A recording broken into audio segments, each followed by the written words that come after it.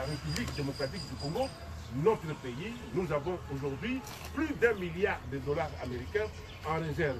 Quelque chose peut nous arriver. L'État congolais, avec le Premier ministre, sera à mesure de se prendre en charge. Nous avons suivi que le gouvernement de M. Tshibalanzenzé avait une deuxième mission de la sécurisation de la République démocratique du Congo. Le problème au niveau de Kamwena Sapou, dans la province ou les provinces du Kasaï, ce problème est déjà réglé. Et ça, encore une fois de plus, il faut mettre ça dans le positif, dans le bilan positif du gouvernement du président, du Premier ministre, M. Tshibalanzenzé. Si je parle de Tshibalanzenzé encore une fois de plus, je ne suis pas membre de son gouvernement, mais je tiens à vous préciser que je parle en tant que membre d'une plateforme à laquelle il fait partie et que nous appelons A13. Sur le plan de sécurité dans la ville de Kinshasa, chacun voit actuellement que la situation se présente très bien. Vous pouvez vous promener jusqu'à des heures tardives. Les policiers ne vont pas vous déranger. Tout ça, c'est parce qu'il y a eu, au niveau du ministère de l'Intérieur, une situation impulsée par le Premier ministre de M. Tshibalanzenzé qui fait qu'aujourd'hui, nous avons la sécurité dans la ville de Kinshasa. C'est vrai que vous avez aussi appris qu'il y a des changements, il y a des choses qui se passent au niveau du rassemblement. Qui est notre... Vous savez, dans ces rassemblements, il y a en fait 3 partis politiques importants. Le premier parti, c'est l'UDPS, de Bruno Tshibalanzenzé. Le deuxième parti politique, c'était le RCD national, en poids politique parce que nous avions 4 députés nationaux. Le troisième,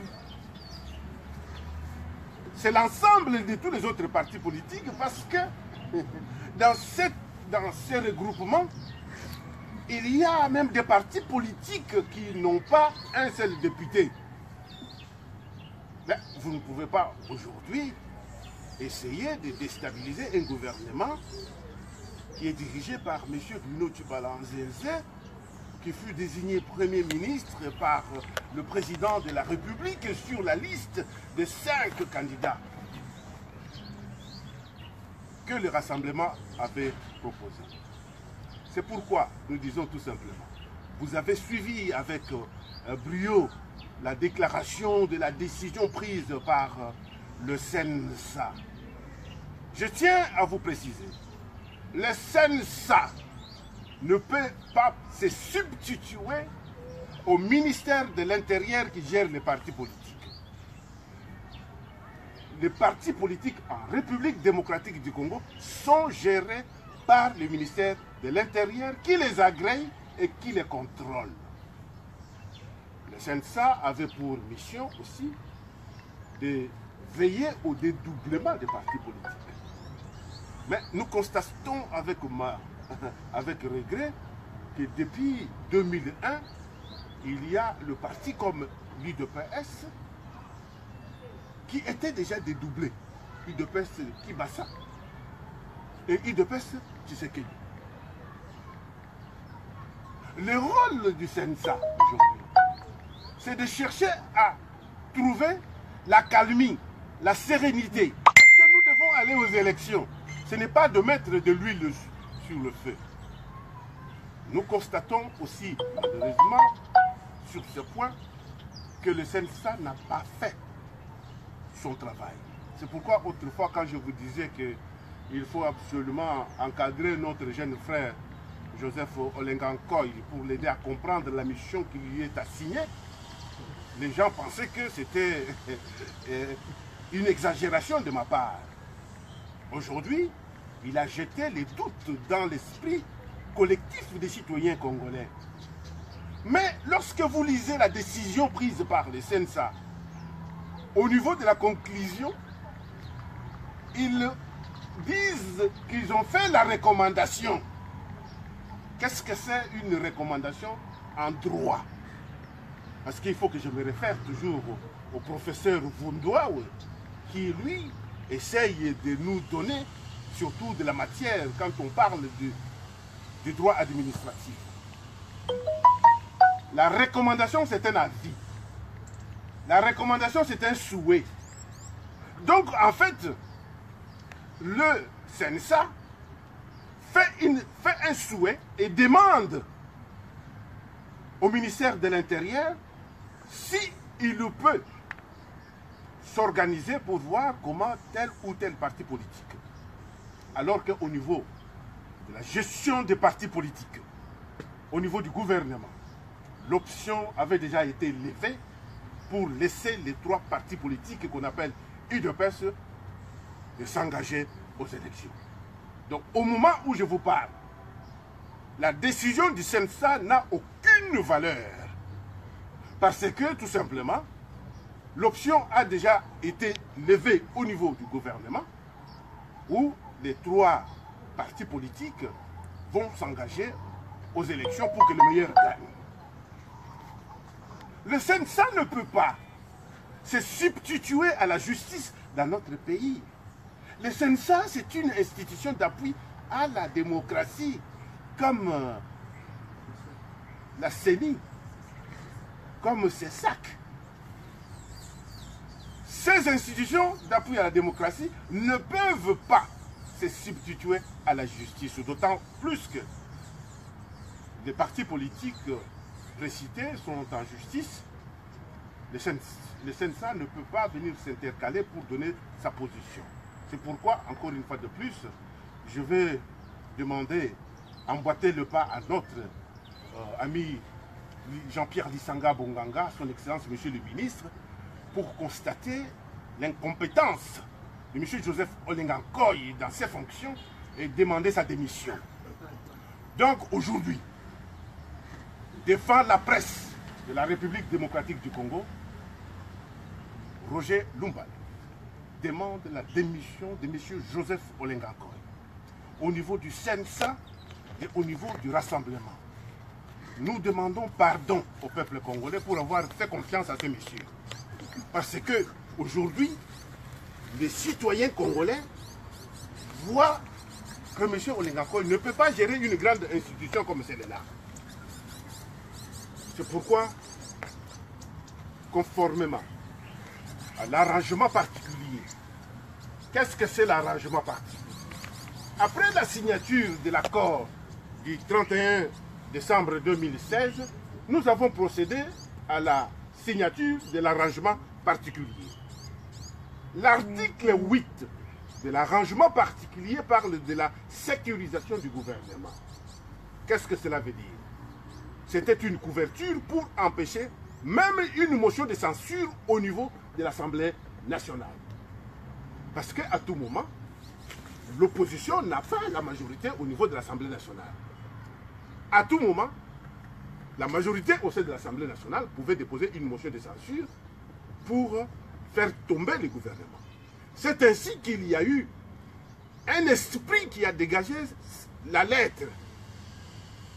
Et cette lettre-là était transcrite dans cet arrangement particulier pour dire qu'il faut sécuriser le gouvernement de la République. Cela n'a pas exclu le contrôle du gouvernement par le Parlement.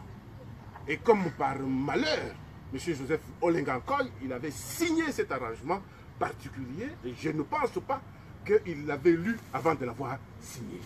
Parce qu'il fait exactement le contraire de ce qui est sur l'arrangement particulier. C'est pourquoi, encore une fois de plus, c'est pour le sauver.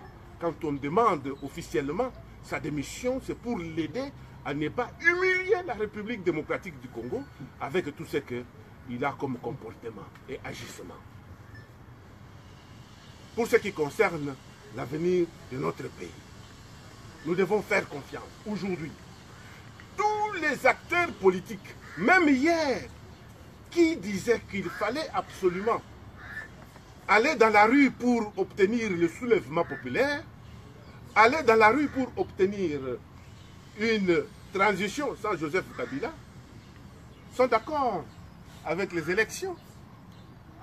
Nous avons réussi à convaincre nos compatriotes.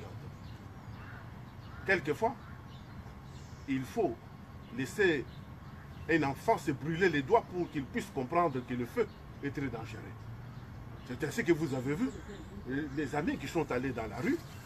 Aujourd'hui, nous célébrons, aujourd'hui, nous plairons un certain Rossi Mukendi. Mais moi, je me pose la question de savoir, les compatriotes qui sont tombés en 92, si on se rappelle encore de leur nom, les compatriotes congolais, ils sont tombés en 92. Personne ne se rappelle de leur nom. Cela veut dire que lorsque nous serons encore dans les jours à venir, nous allons oublier le nom de M. Rossi Mukendi. Alors qu'on a demandé aux compatriotes de ne pas lancer un appel pour sortir le peuple congolais. Où est le CLC maintenant? Les manifestations se sont arrêtées. Ils devaient continuer à mobiliser le peuple. Qu'est-ce qui s'est passé pour qu'ils laissent, alors qu'on leur avait déjà dit de ne pas le faire? C'est pourquoi nous disons, le peuple congolais a besoin d'aller aux élections libres, démocratiques et transparentes.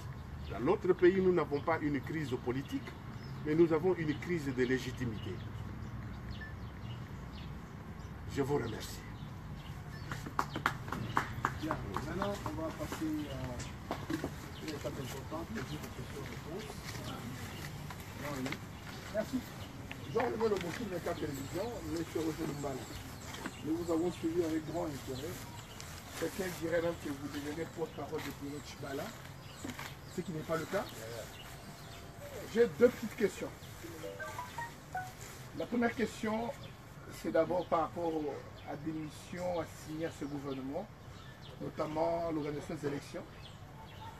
Nous avons suivi, vous et moi, avec beaucoup d'intérêt, que l'ambassade de la République sud-coréenne vient de se rétracter par rapport à des machines à voter.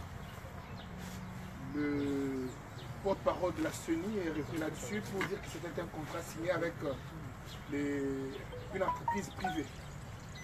Donc elles se disent que c'est un signal fort qui montre que les élections deviennent un peu hypothétiques pour cette année. Comment vous réagissez par rapport à ça? Ma deuxième question, c'est le rejet aujourd'hui en bloc, pas rejet comme tel, mais vous demandez la démission pure et simple de M. Olenga Nkoy. Quel péché Olenga a commis? Dans certaines missions, nous appelons que dans le volet de crispation du climat politique, le CNSA devait aussi chercher à faire la paix là où il y avait besoin de partis politiques. Qu'est-ce que vous reprochez exactement à M. Olenga Nkoy? Merci. Je dois faire une petite mise au point avant que le président Lumbala puisse répondre. Restons dans le sujet du jour. M. Roger Lumbala n'est pas le président de la CENI pour savoir si la machine à voter est acceptée ou pas.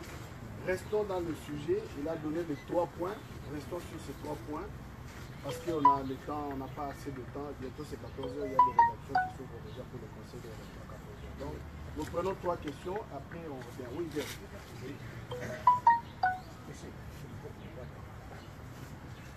Juste pour savoir la plateforme que vous venez d'annoncer et les sanctions spécifiques, elle est constituée de quelle partie? On peut avoir la liste de parties. La plateforme que nous avons formée a pour dénomination A13. Alliance des 13 partis politiques. Dans cette alliance, nous avons des partis phares comme l'UDPS, le RCDN, le MBP, l'UFERI et d'autres partis politiques. L'objectif, c'est de s'organiser, se mettre ensemble pour aller aux élections et gagner les élections. Nous n'avons pas un autre objectif que celui d'aller aux élections. Pour ce qui concerne la question posée par M. Lobo, je tiens à vous préciser que j'ai évoqué l'article 8 de l'arrangement particulier qui parle de la sécurisation du gouvernement. À partir du moment où M. Joseph Olengankoy ou ses collaborateurs demandent la démission de M. Tchibalance Zenzé, cela veut dire qu'il est à l'encontre de l'article 8 de l'arrangement particulier. Cela veut dire qu'il ne comprend pas que nous avons intérêt aujourd'hui à rester ensemble et calme pour aller aux élections. Il veut créer une situation d'insécurité. À partir de ce moment-là, nous sommes dans les droits de demander sa démission. Sud-coréen. Si une ambassade donne son point de vue sur le matériel, est-ce que ça a quelque chose à voir avec la République démocratique du Congo? Le responsable de la CENI vous a déjà répondu que c'est une firme privée qui a signé un engagement avec la République démocratique du Congo, notre pays. Je ne suis pas de la CENI pour vous donner les détails là-dessus, mais je suis tout à fait convaincu que cette machine à voter, elle est importante pour les élections à venir. Il ne faut pas oublier que nous aurons 3 scrutins le même jour. Et si nous n'avons pas de machines, je pense que nous aurons beaucoup plus de difficultés.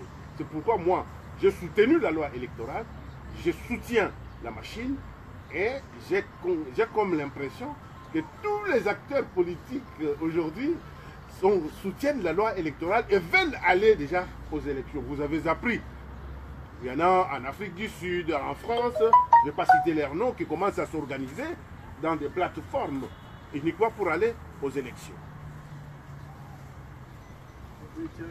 Merci, moi, c'est Thierry Kassongo. Je suis de Télé 7. En même temps, je représente autour de Olengankoy. Et je me demande pourquoi vous ne parlez pas directement du CENSA en tant qu'organe, mais vous parlez de Olengankoy comme individu. Vous ne trouvez pas que vous allez à côté de la plaque? Et entre-temps, je voulais avoir votre avis. Dans le document du CENSA, pas Olengankoy, mais du CENSA, on demande au Premier ministre et les autres, Corneille Moulumba et les autres, de chercher à créer leur parti politique. Pourquoi le Premier ministre, avec tous les moyens qu'il a, ne peut pas se décider de créer un parti politique et continuer sans se référer autour de l'UDPS? Merci. C'est comme si vous prenez l'UDPS comme une histoire de famille. Ce qui n'est pas vrai. L'UDPS est un parti politique qui a des textes.